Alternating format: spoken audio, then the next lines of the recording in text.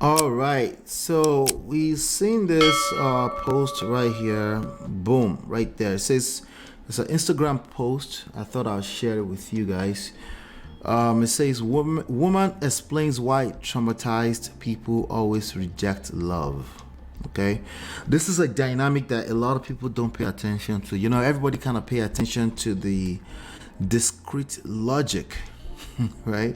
They pay attention to number seven, discrete logic. If it's yes, the other side must be no. If it's black, the other side must be white. Let's call a spade a spade. Let's just be real. Let's just tell the truth, right? Things like that. That's what most people focus on. Naturally so, it is what it is. But also naturally so, a lot of people are creating bad relationships. So maybe it's time that we start paying attention, right? That maybe what we've been doing has not really worked, right? Anti-seducers, the moralizer, number three, the police, the person that's always looking for right, wrong, and that's how they see things in life, okay? So a lot of time they reject love. Most people, a lot of people, not most people, but a lot of people reject love. You know, actually, arguably, most people, right, reject love without realizing that that's what they're doing. Okay, so I thought I'd share this with you. Please, as you're coming in, hit that like, share, and subscribe. I appreciate you. Okay. All right, let's tell the truth. I want you to tell us, right? Yeah, so that's what most people do, and you know, a lot of times when they create the result they created, that's one of the blind spots that they don't pay attention to. So let me play what she said, and then we'll talk about it. Been traumatized wants nothing more than love, but because it's so unfamiliar to them, when they get it, they're suspicious of it, and they reject it, and they test it, and they punish the person who's trying to love them, unless they meet somebody who's bad for them. When they meet somebody who's bad for them and is also abusive and is also neglectful, this feels familiar. I know how to navigate this person. I'm going to love you with all my heart. But somebody who's consistent, caring, and loving, what's wrong with you? Why are you loving me? This can't be real. Let me test you. Let me swear at you. Let me shout at you. Let me pretend to break up with you. Let me test you. But you, the abusive, neglectful, narcissistic kind of partner, you're exactly what the doctor ordered. I know exactly what to do with you, so I'm going to love you endlessly. The person who's been traumatized wants nothing. Let me just read that right there. Let's go back. Let's go here. All right, let's pop it back open. There you go. The person who's been traumatized wants nothing more than love, but because it's so unfamiliar to them, when they get it, they're suspicious of it, and they reject it, and they test it, and they punish that person to love them, unless the person that loved them, unless they meet a bad person. When they meet someone who's bad for them and is also abusive and is also neglectful, it feels okay. All right. It's a lot.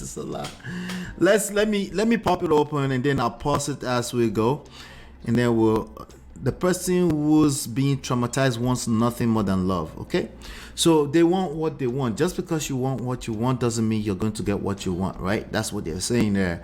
You want love, right? Nothing more than love. In fact, that's what you probably would say with your mouth, right? This is why I pay more attention to people's action more than their words.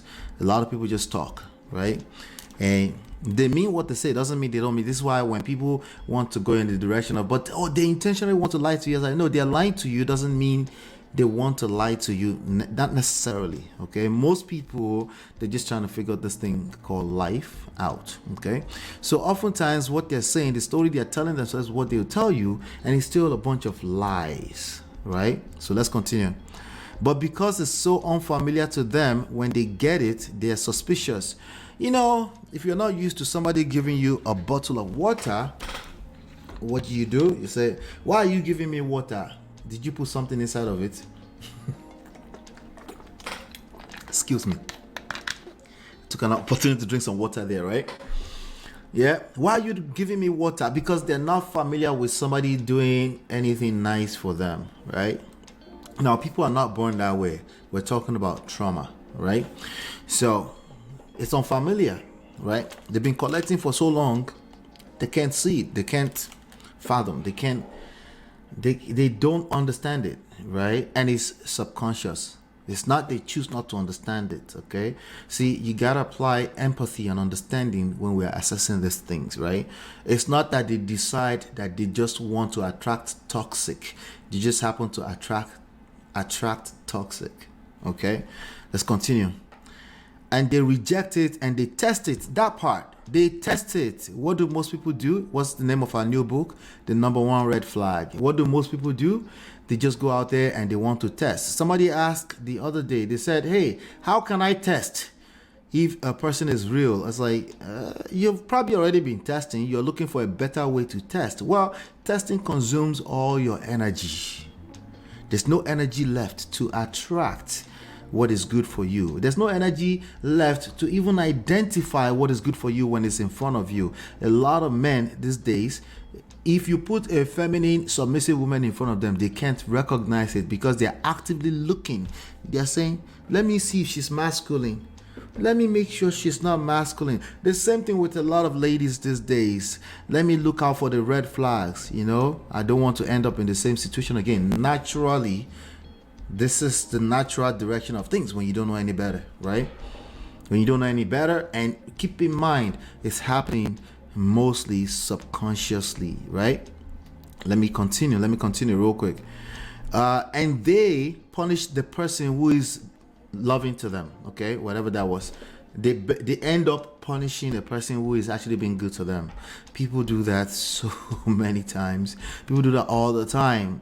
Again, they're not doing it intentionally. If you are in a life situation with this kind of person, the worst thing you can do is go there and say, you're doing this to me. You're making it worse because they don't know what you're talking about, right? Yes, effectively they're doing it because you're on the receiving end of it, right? So what's the solution? Let's keep going first. Unless they meet somebody who is bad for them. When they meet somebody who is bad for them and is also abusive and is also neglectful, this feels familiar. Then they tell themselves, I can navigate this. Right? Oh, how do they navigate this? Well, think about the person that tends to see narcissists in everybody, right? That's all they see. Any controlling behavior or emotional blackmail, they can't wait to say, you know what? That's narcissism right there, right? Right? What are they doing in that moment in time? I recognize this. They don't say I can treat it. In fact, a lot of times they say I will never get in a relationship with that person. Yes, they do say that with their mouth. Okay? Yes, they do say that. However, what about all that energy that you're spending to identify narcissistic behavior? Now, we see it. I'm looking for it. Those are two different things, right? There's a lot of people that are actively looking for it, right? That takes a lot of energy, right? So, and then they tend to attract more of it, even if the person they're interacting with is not necessarily that. Obviously, we will never know because you're not going to diagnose them. But a lot of people are selfish in a lot of ways. Most of us have selfish moments. If you happen to catch someone in their selfish moment, I was just talking to my wife earlier about, we've all had second, third, fourth chances, right? We've all had it, right? And we've not always been like sometimes the first impression that we present is just bad. Like even you, as much as you try, even you as the nicest person ever, sometimes somebody just caught you in the wrong mood or something like that, and now you've just sowed the wrong first impression. And a lot of time you come back around and most of the time there's going to be second, third, fourth chances, many chances. Every once in a while, that's the only chance you need for that person to write you off. Well, in the dating scene today, many people they're ghosting people left and right. They ghost to left and right. And again, I understand it, but what is that becoming? Is it time to start paying a little bit extra attention? Am I saying that you should entertain BS? No, that's not what I'm saying. I'm just saying be aware. There's a good chance you might be in the same boat. All right. So I recognize that I can navigate it. How do you navigate it? You're not necessarily jumping into relationships with these people, but you are spending all your energy in engaging them, identifying them. If I create a platform where we're doing basketballs right now, you will see more people come inside. Okay. Where we just fight each other. Right. Do you not notice that on the social media? right? That's just what they do. They engage, you engage your energy with what is bad for you, right? It's entertaining. We're really doing well, but at what point do you draw the line and say, I might be spending too much of my energy on negative, toxic stuff that's not serving me? Short, mid, and long term. Let's continue. And now get this person, I'm going to love you with all my heart. So all you have to do is love a narcissist with all your heart, right? What does that look like on the surface? Well, no, I will never love them with all my heart. I avoid them. Are you sure? Pay attention to your actions, not necessarily what you say. That's all I'm saying. Let's see. But somebody who is consistent, caring, and loving, what's wrong? They'll be asking with you. What's wrong with you? Why are you loving me? Right? Let me test you. Let me test it. Let me make sure, right? As opposed to what you have in front of you. This moment, if it's healthy, build on top of it, right? If it gets to a point it's toxic, you handle it at that point. You handle that problem when you get there. What most people are doing is they're trying to create what they hate the most about romantic relationship before it get there, just to make sure that I don't have to deal with it in the future. Let me create it right now, right? Let's deal with that right now. Let's deal with it right now, right? So they end up creating or attracting what they fear the most, as opposed to this person in front of me is being nice, right? Let me engage them a little bit more, right? Let me engage them. It doesn't have to turn out to be a marriage. It could just be a friend that can lead me to another person. I might be sowing seeds of first impression in this moment. What do people do these days? They basically cast. They basically project their past experiences everywhere they go. They can't wait to help other people. They really mean well. They have good intentions. They want to help other people not to fall into their same place, into their same mistakes. But energy, no be your mate. You are recreating it all over and over again. Let me test you. Neglectful, narcissistic kind of partner. You're exactly what the doctor prescribed. I know exactly what to do. I'm going to love you forever. Anyway, let me come back to the chat really quickly. Yes, Toby, I'm trying to say it all comes down to worthiness. You will never fully be comfortable receiving something you feel you don't deserve. Yes. If you don't feel worthy for it, you question it. That's true. She says really sad. Yes, it's very, very sad, because this is time and life. It's literally passing by in front of us. Tick tock, right?